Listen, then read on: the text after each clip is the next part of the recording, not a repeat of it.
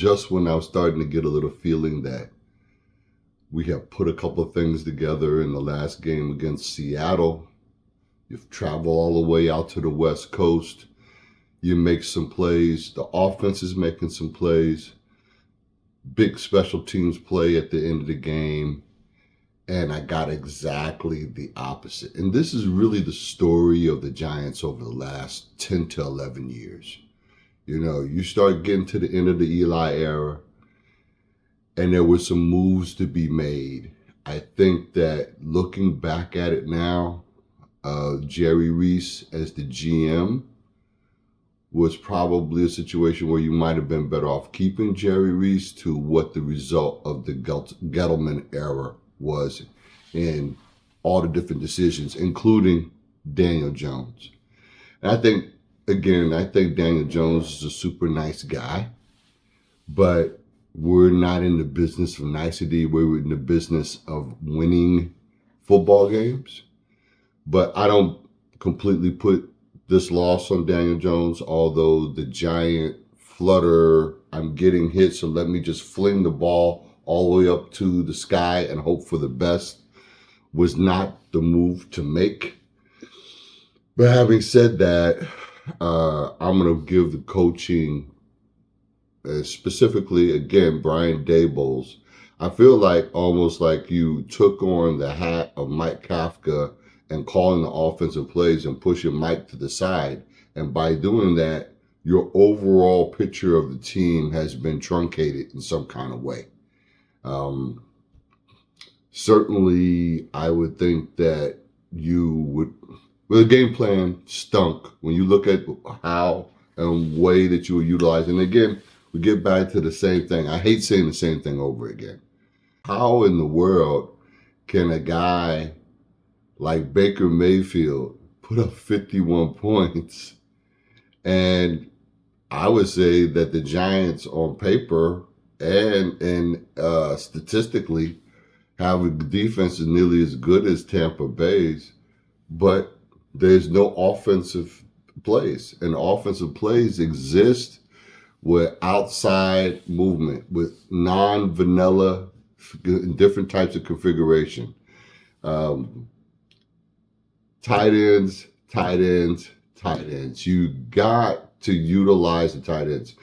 In a team that was going to be starting to throw blitzes at you early, you saw what Cincinnati was doing, but you also saw their weakness on the other side of the ball because generally Joe Burrow can't move out of the pocket.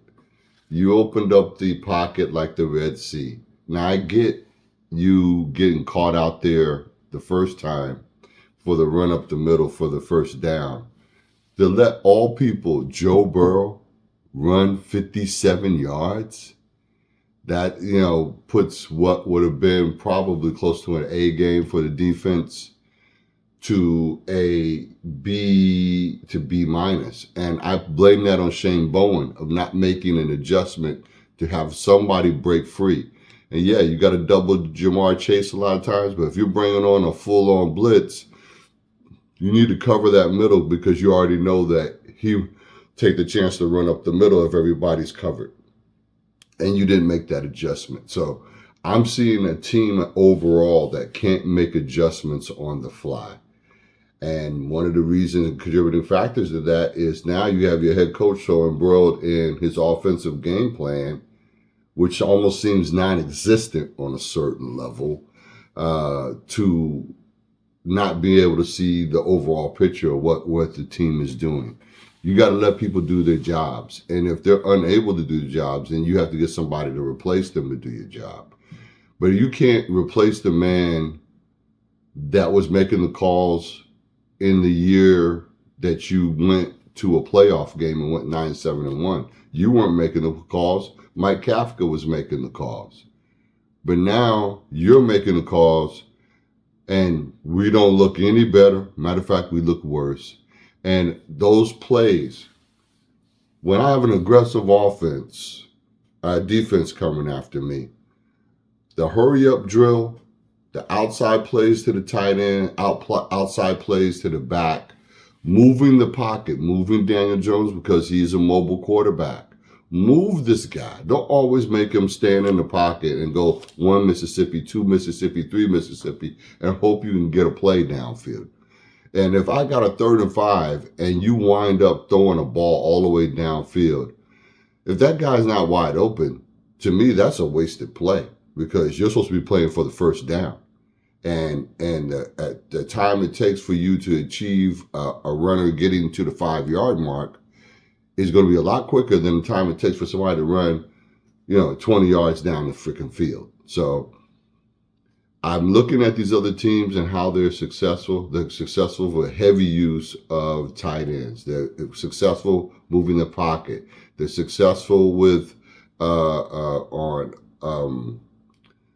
a situational football where you have everyone covering everybody on the single man coverage format and not a zone.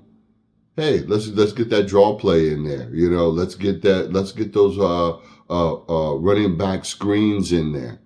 There's a number of things to do than just this vanilla thing. I'm going to run up the middle. And on the 4th and 4 play, after being successful, I would have lent myself to trying to keep the ball in the ground and move a power move to the weak side of Cincinnati's rush.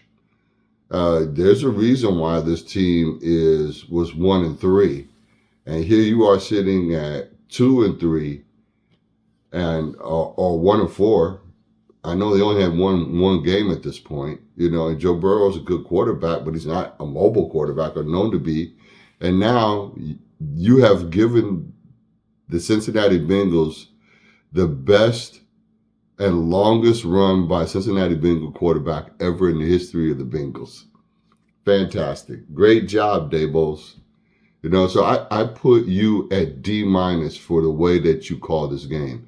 And beyond the busted play of Joe Burrow running up the middle, the defense played pretty good. And they kept control over Jamar Chase and T. Higgins. And they had to move the ball around a little bit. But I would guarantee you, dollars to donuts, that they have more throws to their tight ends than we did, because I think we only had 2 or 3 for the whole game. So, again, I get back to the old school of Bill Parcells as a guy who's 42 years plus watching the New York Giants. People used to say the Giants are boring during the Parcells days. Parcells got 2 Super Bowl wins, and he got one of them with a backup quarterback, Jeff Hostetler. And I really see Tommy DeVito fulfilling that role, because I think that if you had to put Tommy DeVito out there yesterday with a more aggressive and thought-provoking game plan, you would have probably came away with that win. And I also will say that for the loss in the first game would have been a more competitive game. And so far, the game that I've seen that Daniel Jones has looked the best in was the game against Seattle. But in that game, the Seattle quarterback, the great Geno Smith, he was sacked 7 times. And that game still ended up being close. Why? Because the offensive output is nowhere near what it needs to be. And again, if you don't utilize your weapons, you never have an opportunity. And there had to be an opportunity to get Jalen Hyatt in there more. And this guy's got rust on his wheels, because you're bringing him out there to do some blocking, run downfield or whatever.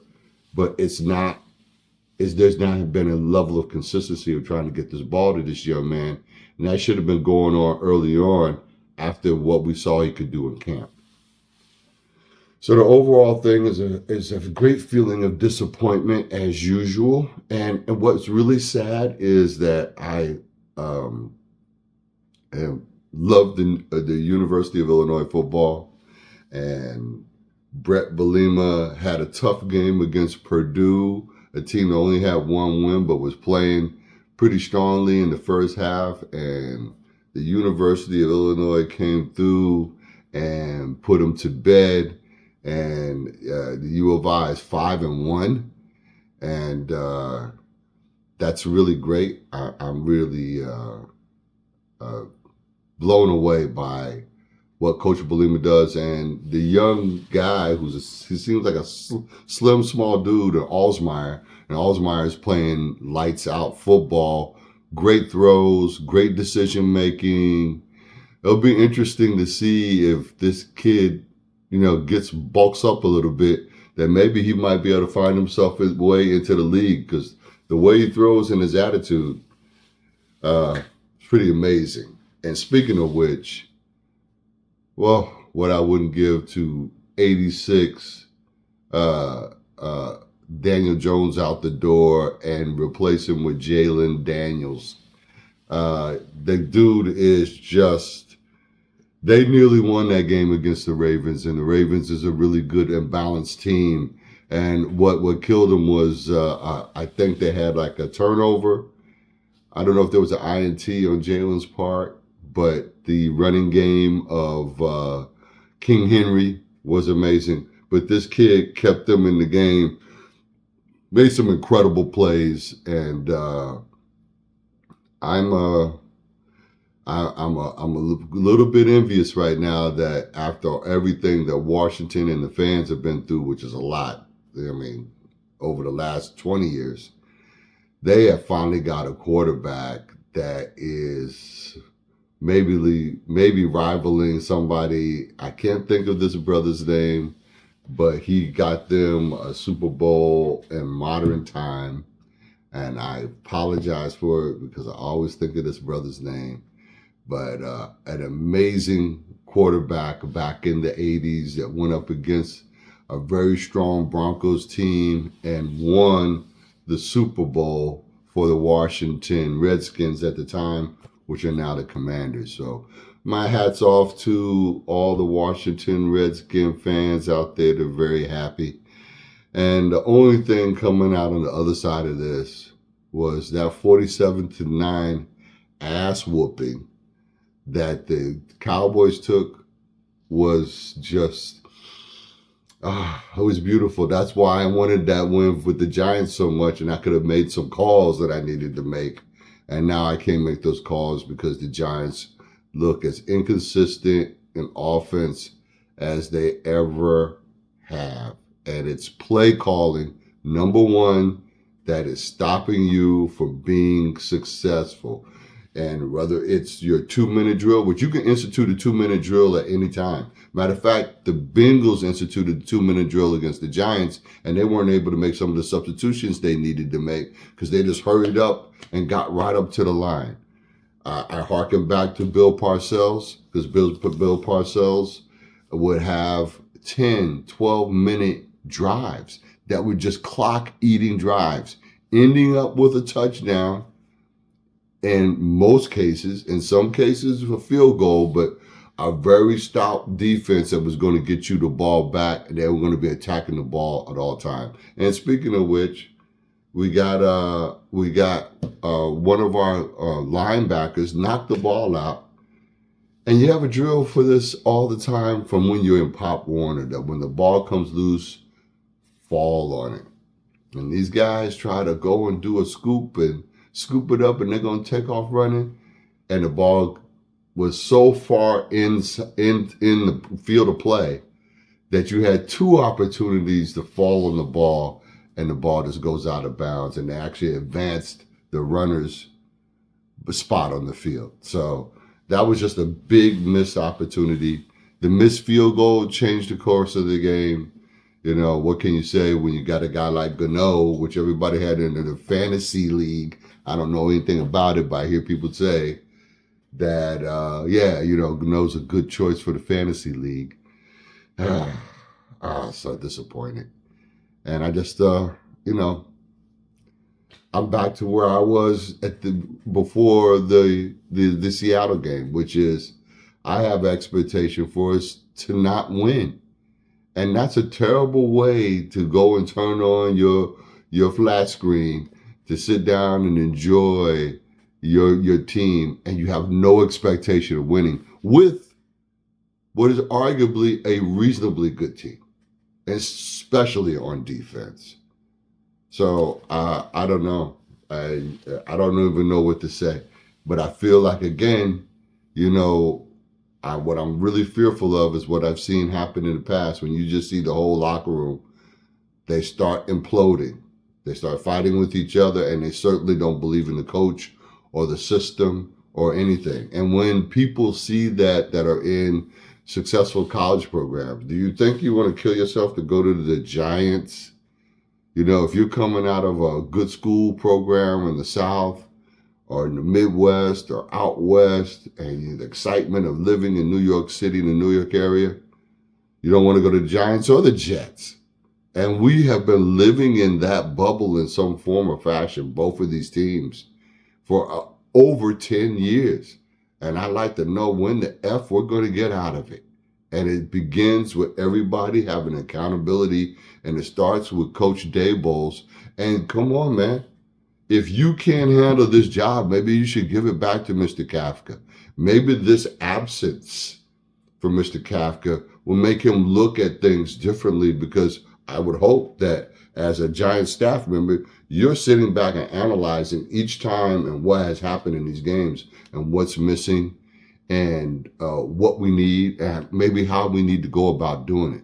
You got to move the pocket. You got to throw to your backs out of the backfield. You got to throw to your tight ends heavy at the beginning of these games so that those D-backs keep collapsing and keep collapsing. And that's when you got your Slayton, your Wan'Dale Robinson for your inside slant, your outside slant, get neighbors back on the field, you know. And then again, you know, with them focusing on these people, that's when that tight end hits the middle of the field and you can get some plays done. But you got to mix these things together.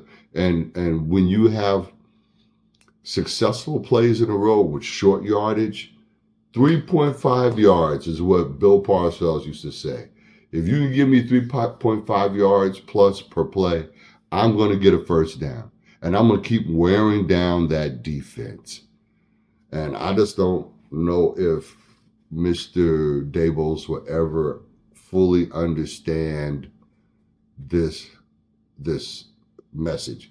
And, you know, I know it's a split-second decision on whether you're trying to throw the ball and you see the defenses coming at you.